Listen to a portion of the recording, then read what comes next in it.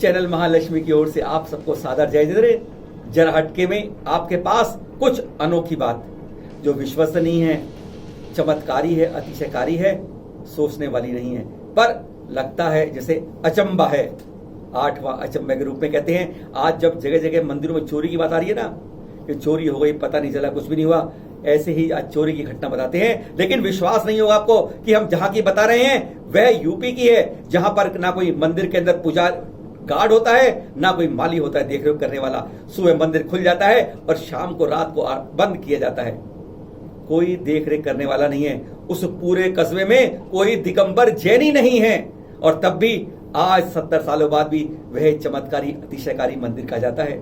कहते हैं वहां की जो यक्षिणी देवी देवता है या रक्षक देवी देवता है, वह उसकी कैसी देखभाल करते हैं कि 1 2 नहीं 5 6 बार ऐसा हो चुका है कि चोरी हुई है। क्योंकि वहां प्रतिमाएं हैं बहुत पुरानी, 1261 ईस्वी की है चंदा प्रभु की, और 650 वर्ष पुरानी है अजितनाथ भगवान की, और छोटी छोटी पारस प्रभु की अष्टधातु की प्रतिमाएं भी हैं। कई बार चोरों ने कोशिश की, लेकिन कभी भी हिम्मत करके उन्हें वापस ही रखना पड़ जाता है। यानी ऐसा आज तक आपने कभी कभार ही सुना होगा। इसी तो कहते हैं विज्ञान के युग में ऐसा देवीय चमत्कार।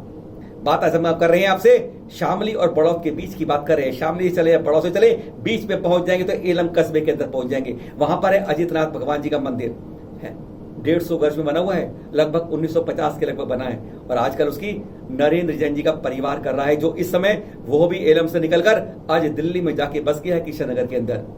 कोई दिगंबर जैनी परिवार नहीं है।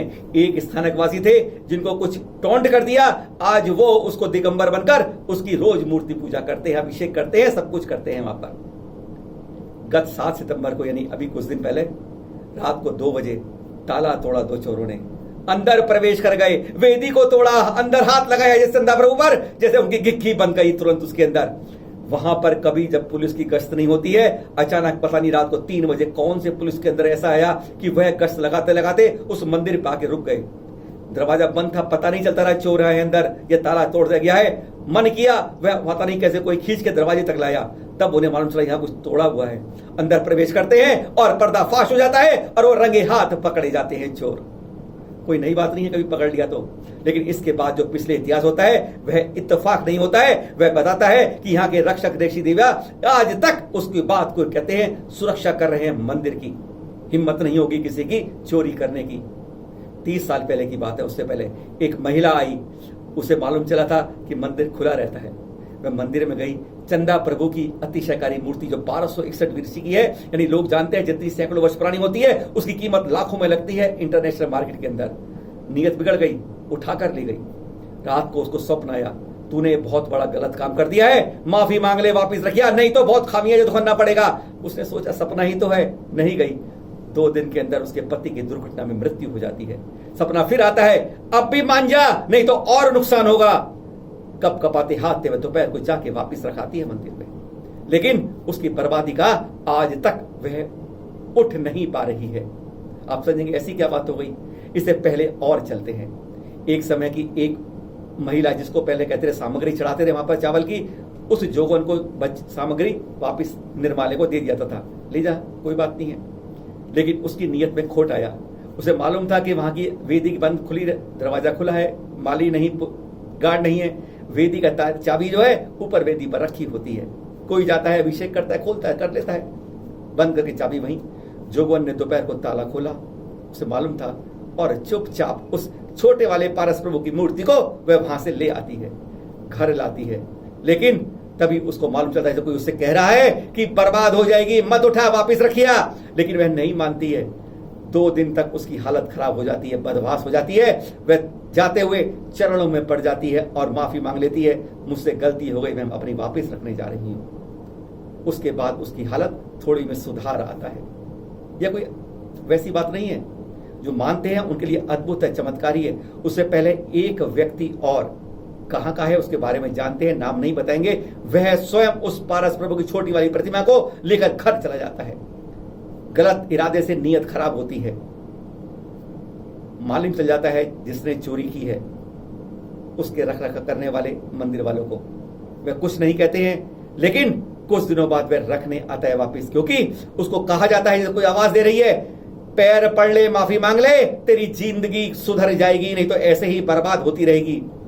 और सहायता मांगता है वह गिड़गिड़ाकर उनसे, मुझसे गलती हो गई, कान पकड़ता है। आज तक उसी परिवार की सहायता से उसका परिवार चल पा रहा है। जैसे नरेंद्र कुमार जी इसकी रखरखाव करते हैं, इनके दादा ने बनवाया, परदादा ने बनवाया। इसका इतिहास बहुत अनुभव वाला है, विश्वास करिएगा। 1950 की बात है, यह पास के गांव से यहां पर ठहर आए। यहां कोई जैन दिगंबर जैन नहीं था। स्थानीय वासियों ने उनको टोंट कर दिया, अरे दिगंबर जैन ही हो, बगैर मंदिर के तो खाना नहीं खाते होगे।